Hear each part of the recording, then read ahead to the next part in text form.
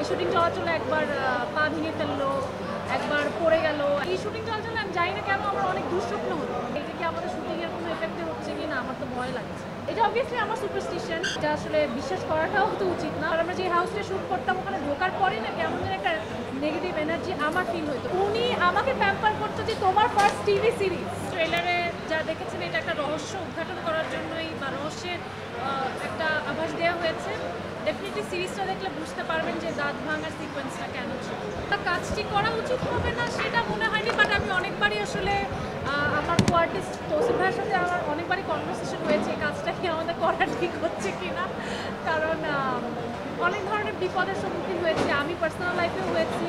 In fact পুরো shooting ইউনিটের সবাই দেখা গেল ভিকি ভাইয়া এই শুটিং চলাচলে একবার পা ভেঙে ফেললো, একবার পড়ে গেল, একবার আমার এত শরীর খারাপ হয়ে গেল। আমার মনে আছে লঞ্চের একটা সিকোয়েন্সের আগে অলমোস্ট পাস আউট হওয়ার মতো অবস্থা, ফেইন্ট হয়ে যাওয়ার মতো অবস্থা। তো কী যেন একটা ছিল। আর আমরা যে হাউসটা শ্যুট করতাম ওখানে ঢোকার পরে না কেমন যেন একটা নেগেটিভ এনার্জি আমার ফিল হতো পার্সোনালি, আমি জানি না কেন।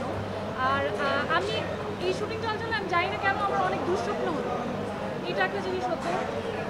প্লাস মানে শুটিং সংশ্লিষ্ট যারা যারা ছিলেন তারা হুটহাট করে আসলে অনেকেই আমাদের ছেড়ে চলে যাচ্ছিলেন। ইনফ্যাক্ট আমি এটা ভাইয়াকেও বলি যে ভাই এটা কি আমাদের শুটিংয়ের কোনো এফেক্টে হচ্ছে কি না, আমার তো ভয় লাগছে। তো এই কথাবার্তাগুলো হয়েছে রিয়েল লাইফে। যেটা বললাম যে যখনই আমি কারো মৃত্যু সংবাদ পেতাম আমাদের টিমের সংশ্লিষ্ট, তখনই আমার হঠাৎ করে কেন যেন খুব ভয় লাগতো। আমার মনে হতো যে এটা কি শুটিংয়ের কোনো কিছুর কারণে হচ্ছে কি না। এটা অবভিয়াসলি আমার superstition, definitely those have individual reasons কেন কী হয়েছে, এবং অবশ্যই আমরা তাদের সবার আত্মার মাগফিরাত কামনা করি। এবং এটা আসলে বিশ্বাস করাটাও তো উচিত না, বাট মনে যেটা ভয় সেটা তো থাকে মাঝে মাঝে। আমার নিজেরও ভয় লাগতো আল্লাহ হুট করে আবার আমার কী হয়ে যায়, একটা ভয় ছিল। টিভি সিরিজ হিসেবে আমরা শুরু করেছিলাম এটা আসলে প্ল্যান ছিল। আমাদের প্ল্যান ছিল এই কাজটা চ্যানেল আই টিভিতে অনেক যাবে 2021 সালের কথা বলছি। আইসক্রিমও ছিল না অ্যাকচুয়ালি। সো এই কারণে আমাদের খুব এক্সাইটেড। আমি ইনফ্যাক্ট উনি আমাকে প্যাম্পার করতো যে তোমার ফার্স্ট টিভি সিরিজ, এটা ছিল ওইরকম।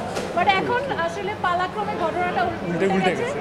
এখন সেটা হচ্ছে ভাইয়ার প্রথম ওটিটি সিরিজ, এবং আমি জানি এটা খুব বেশি প্ল্যান্ড না, বাট আশা করবো অডিয়েন্স যারা আছে তৌসিফ ভাইয়ার বা আমার বা আমাদের কাজ যারা পছন্দ করেন অবশ্যই তৌসিফ ভাইয়ার জন্য হলেও এই সিরিজটা স্ক্রিনে দেখবে। বিকজ এই সাপোর্টটা হয়তো ভাইয়াকে সামনে আরও অনেক এগিয়ে নিয়ে যেতে সাহায্য করবে, আমাকেও সাহায্য করবে, সবাইকে সাহায্য করবে।